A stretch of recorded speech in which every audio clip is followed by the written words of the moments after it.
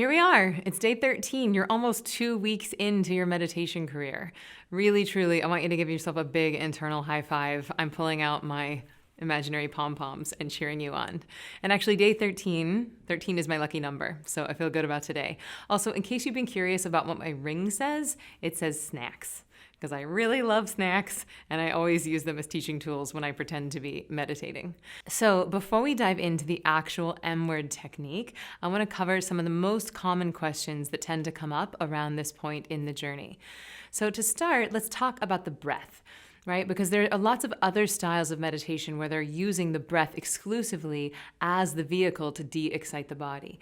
Whereas in the M-word technique, we have a few different modalities that we're using. So obviously we're starting with the balancing breath, and the idea there is that we're starting to settle down the body. I really like to imagine that as the bow on the bow and arrow, just pulling everything back, and then we surrender into the effortless silence.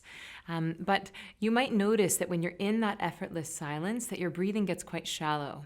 And that can be a little scary for people because they're concerned that like, oh no, am I breathing? Did I stop breathing? Or we think that we should be deep breathing when we're meditating. But I want to give you permission to just let the breath do whatever it needs to do. What happens for most people is that it tends to get a little bit more shallow. And that's actually an indicator that this mantra is doing its job, that it's de-exciting the nervous system. And you might find that you're barely breathing, right? And then eventually your brain is going to say, excuse me, I would like some oxygen, please. And then you'll take a nice deep inhale. And it might feel really nice. So if that's happening, know that it's A-okay.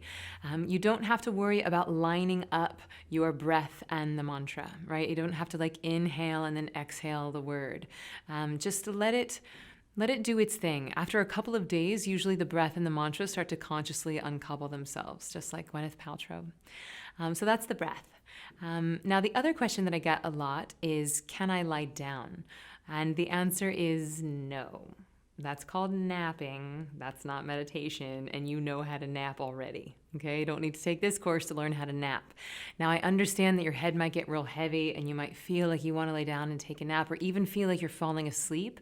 And I want to give you permission to fall into that sleepy feeling. But if you actually lie down while you're meditating, you'll just be like, and then you're not going to hear anything that I'm saying. So, back supported, head free, that's kind of non-negotiable. And by kind of, I mean non-negotiable. Okay, so third question that comes up often around this point in the journey is, why am I more emotional?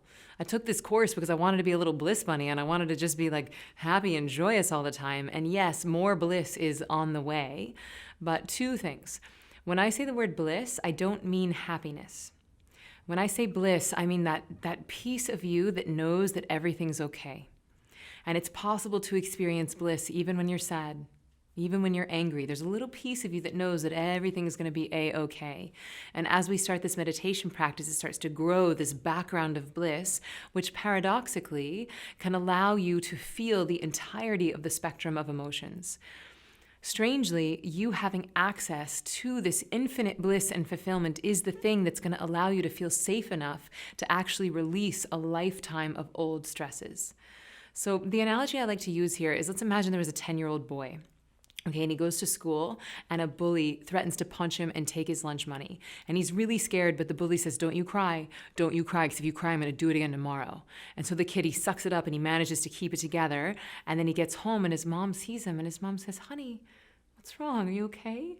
And she hugs him and he suddenly starts crying and he's like, ah, ah, ah. Right? Now, is it his mom that's making him cry?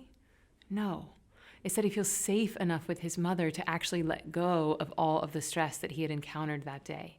So this is what meditation is doing for us, okay? Meditation is wrapping us in her ample bosom and allowing us to feel safe enough to release the lifetime of accumulated stresses that most of us have in our body. So I just want to reiterate, really, truly, if you're sad, have a good ugly cry. Rent a sad movie. If you're angry, punch the pillow. Listen to an angry song. Go boxing. And if you're tired, please take a nap. The more rest you can give yourself right now, the easier this process is going to be for you. Okay, so that's my top 3 questions. As far as the breath, just kind of let it do its thing. Posture, back supported, head free, and let the emotions come. The way we want to think about this is like a floodgate. You know, we've been storing this stuff up for a few decades, and right now it's going to come flooding out. So let it fly. Know that it's going to slow down, and it's going to slow down to a trickle.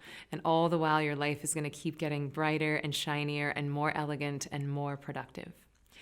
So what I'd like for you to do now is actually watch the video from yesterday, which we're going to link right here, and you can move through all the elements of the M word in succession.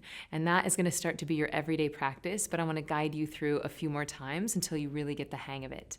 So enjoy doing the M word, don't skip that part, and then let us know what you think about that analogy of, the kid crying after he sees his mom. So I really want to encourage you to share your experience, even if you're having a tough time right now. I guarantee you're not alone.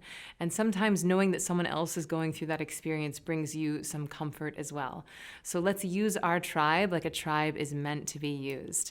All right, I'm sending you guys a lot of love. Enjoy doing your M word, and I'll see you tomorrow.